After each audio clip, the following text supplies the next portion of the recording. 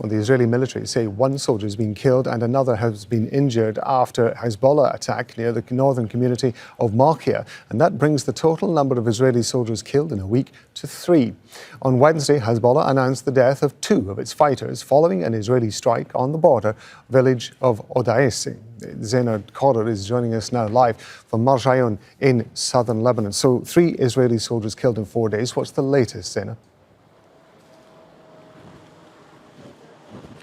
Well, no doubt this is quite a high number in relative terms. Israel has acknowledged the death of nearly 20 soldiers and civilians since the start of the conflict along the border 7 months ago.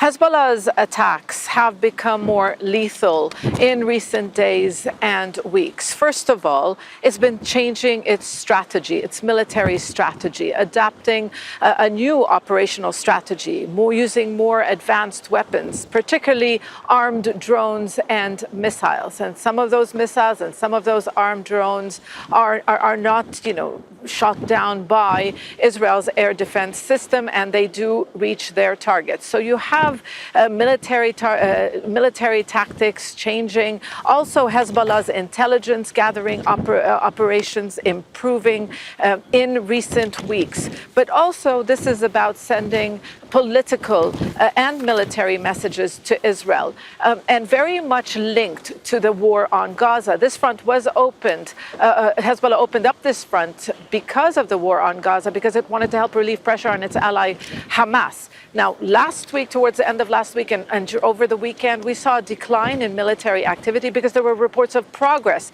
in ceasefire talks. But now that Israel has intensified its strikes on Rafah, and with little tangible progress in ceasefire negotiations, we are seeing this flare up along the border. So a message to the Israelis: we can hurt you, we can make this a costly war if they continue with the war on Gaza.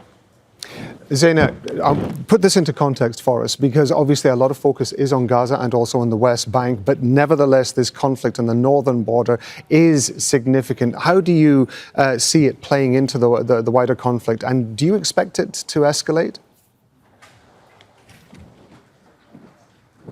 Well, it's not just the question of what is happening in Gaza, like you said.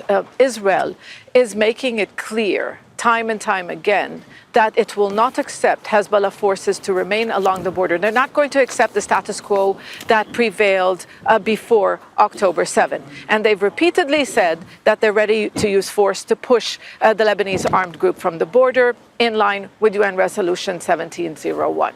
Now, these latest attacks by Hezbollah are also a message to the Israelis. They know that the northern front, as maybe the war on Gaza could be in its final phase, final stages, that the focus will be on this northern front. They are telling the Israelis that they're not ready to make any concessions, and they're ready for war if Israel does widen this battle. So far, Hezbollah has calculated its moves. It has prevented a conflict from widening or expanding.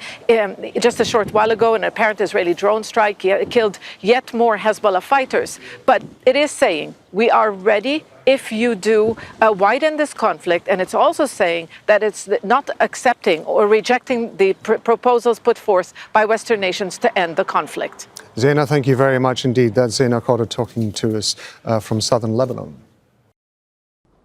Make sure to subscribe to our channel to get the latest news from Al Jazeera.